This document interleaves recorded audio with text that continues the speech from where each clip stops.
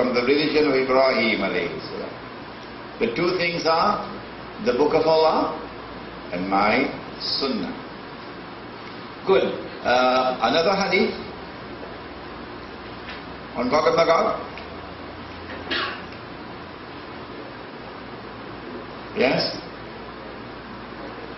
The Jewish boy is not Gog and Magog. The Jewish boy is Dajjal. Wake up. Yes? That's right. That's hadith number 4. Remember that Zulkarnain had built the barrier. What did he use? Recycled paper? Iron and steel. And then a coating of molten copper. And when the barrier was built, then Ya'juj and Ma'juj could neither penetrate nor could they scale the barrier. And then Zulkarnain said, this is an ayah of Sura Kehf, هَذَا رَحْمَةُ مِنْ رَبِّي. This barrier is rahmah, an act of kindness from my Lord. فَإِذَا جَاءَ وَعْدُ رَبِّي. But when that time comes, of which my Lord has warned, جَعَلَهُ دَكَّاءَ. Allah is going to bring down the barrier. وَكَانَ وَعْدُ رَبِّ حَقًّا. And then the warning of my Lord will come to pass. So anytime you see that wall crumbling, know it is Allah who is bringing it down. Because the Quran affirms that it is Allah who will bring it down. When the wall comes down, then Gog and Magog are going to be released.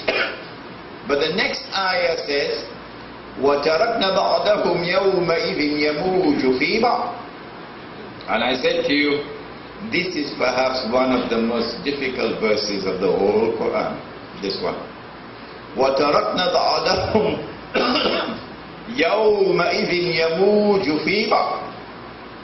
Mawj is a wave. Yamuju, to come out as waves. And so Gog and Magog will not all come out at the same time. They will come out as waves. How long will it take to come out? What hadith do we have? Huh? Yes, what's the hadith about Galilee?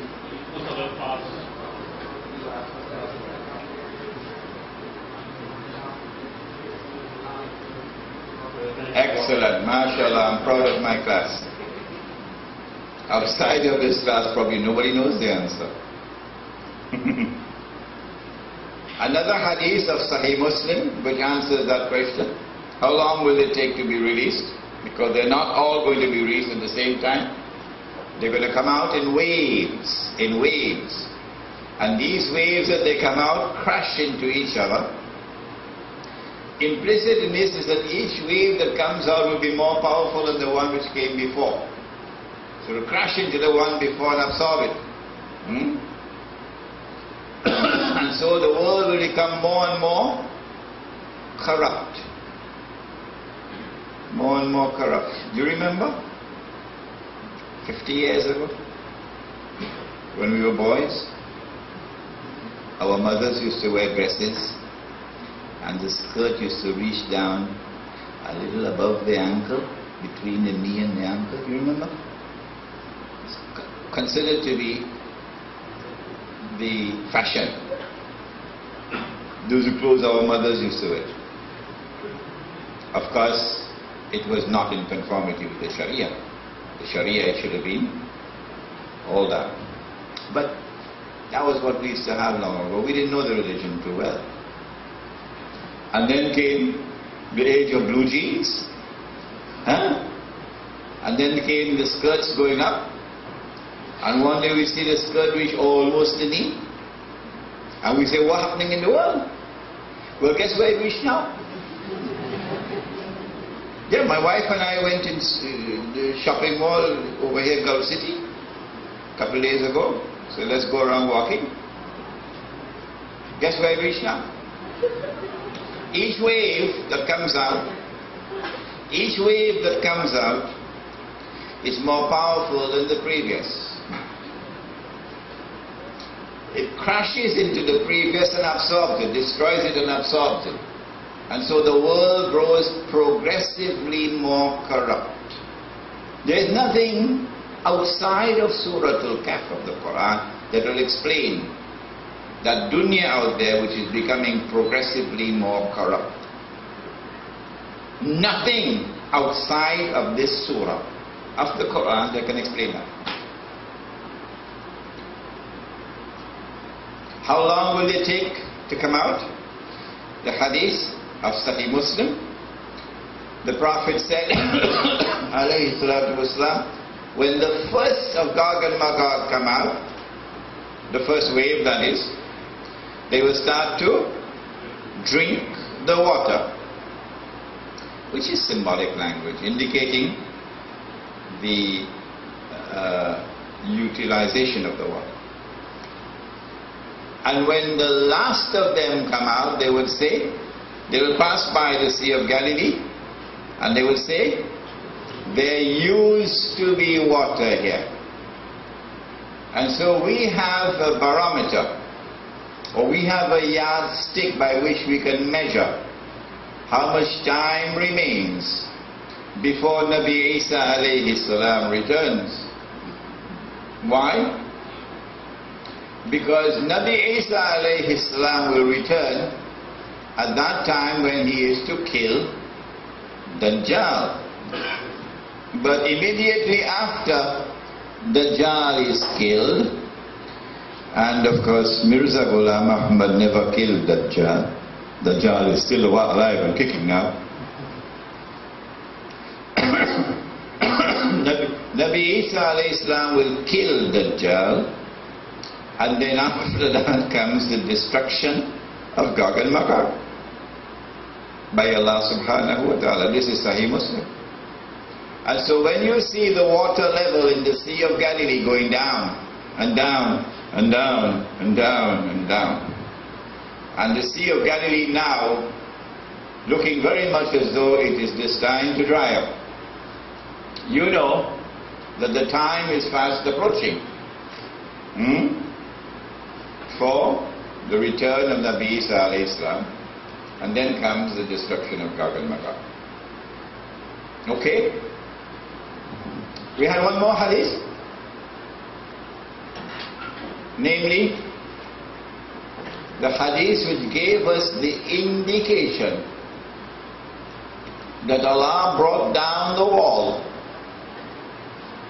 and that the release of Gog and Magog commenced in the lifetime of Nabi Muhammad alayhi salatu wasalam.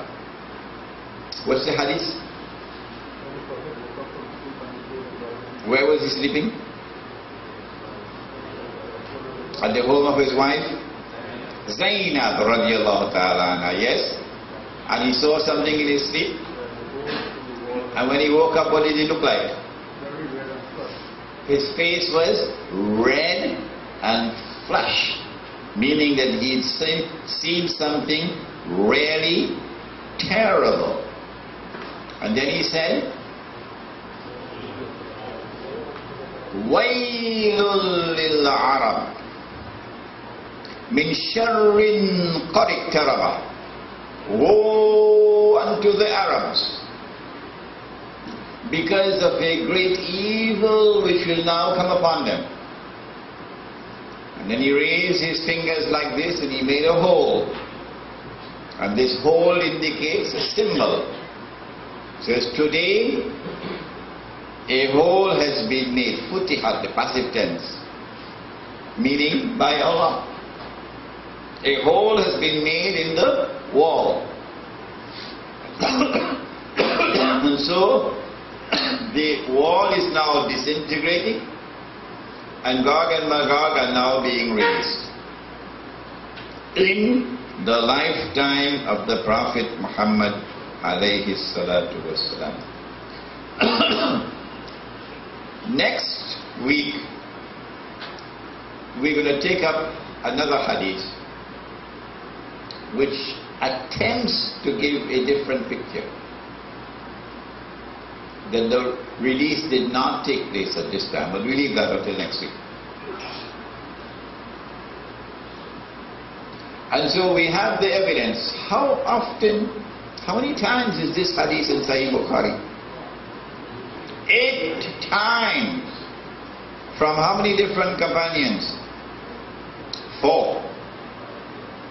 If a hadith comes from more than one source, it is called, anybody?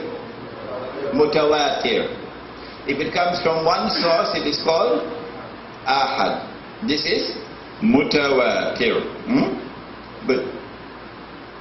Now then, in the last class, we went on beyond the Sura Kehf to Gog and Magog located elsewhere in the Quran. And we found that Gog and Magog were located in the Quran in only one other reference. In the whole Quran there are only 2. One is in Surah Kehf, the other is in Surah Anbiya, the prophets of 21. There are 2 ayat, and here they are in Surah Anbiya, and this was the bulk of our class last week. Haram means prohibited. Prohibited. So haram here is a ban on. Qarya means a town. Ahlaknaha, we, this na here means we destroyed it, meaning we, Allah. Annahum, that they, la yarji'un, cannot return, hatta, until, idha futihat, when released, Gog and Magog, wa, and whom, they, min kulli hadab, from every direction or in every direction, yansilun, spread out.